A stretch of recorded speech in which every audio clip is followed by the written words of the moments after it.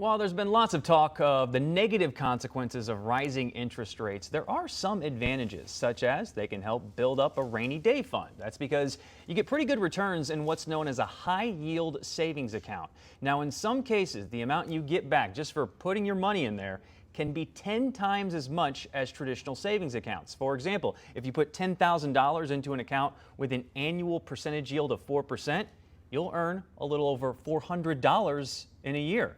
And some banks are paying out over 5% right now. Morning Rush financial contributor ErikaBlair McGrew is here to discuss how you can get it all started. Thank you for coming on. Happy belated 4th of July to you.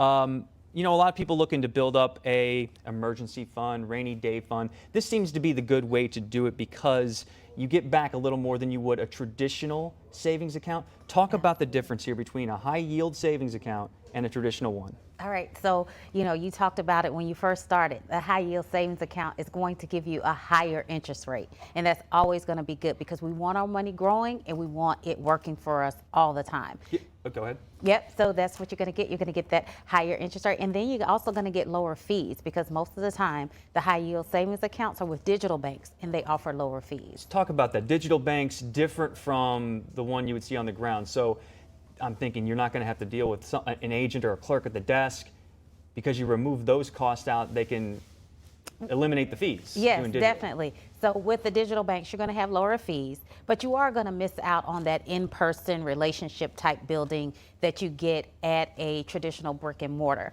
But most of the time, those traditional banks are going to have more technology innovation. So they're going to be able to help you out with a little bit more with your savings, like maybe helping you out with budgeting and different scenarios that can help you grow your money. All right, let's say you choose a high yield savings account. How do you even know which one is? Can you give us some examples of where to go?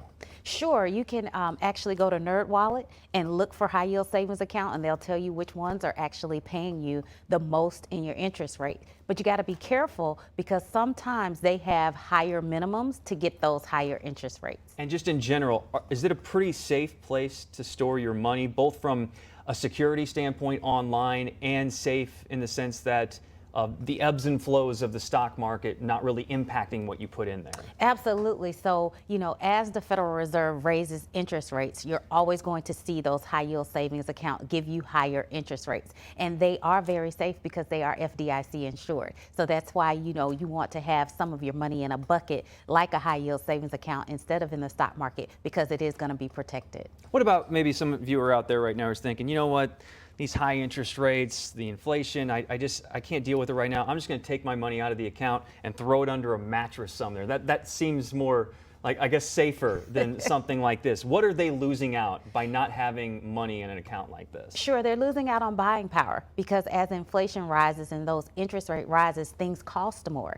So you want to have it in a place that is growing so that you can be able to still afford those things that you've been normally affording. And so when you put it under that mattress, you lose that buying power because it's no longer gaining interest as inflation rises. Because inflation is always happening. Just right now we're in a higher period, right? Yes, inflation is always happening. We want to see inflation around 2 to 3%. That is the norm. It had gotten up to about 9%, but because the Fed has been raising interest rate, it's back down to about 5%. But like you said, it's always there. And as far as the Federal Reserve, a lot of people watching their moves on interest rates here, if they decide to drop rates again, how is that going to affect a high yield savings account? Very good question. So as the Fed lowers rates, you will see those rates lessen in your high yield savings account, but that's the time that you want to move back into the stock market because they work in conjunction with each other.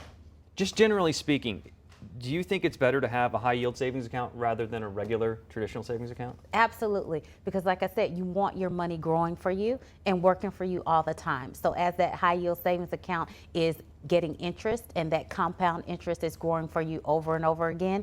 So let's say the high yield savings account gives you about 4 to 5% interest. A traditional bank is going to give you like 0.003% interest. So pretty much pennies on $10,000. And when you say compound interest, you mean your money starts making money just by sitting in that account, right? Yes, just by sitting there, your money is growing over and over, time and time again. Always a pleasure to have you on the show. Good advice. Happy 4th to you again. All right, thank you. you. ErikaBlair, thank you so much.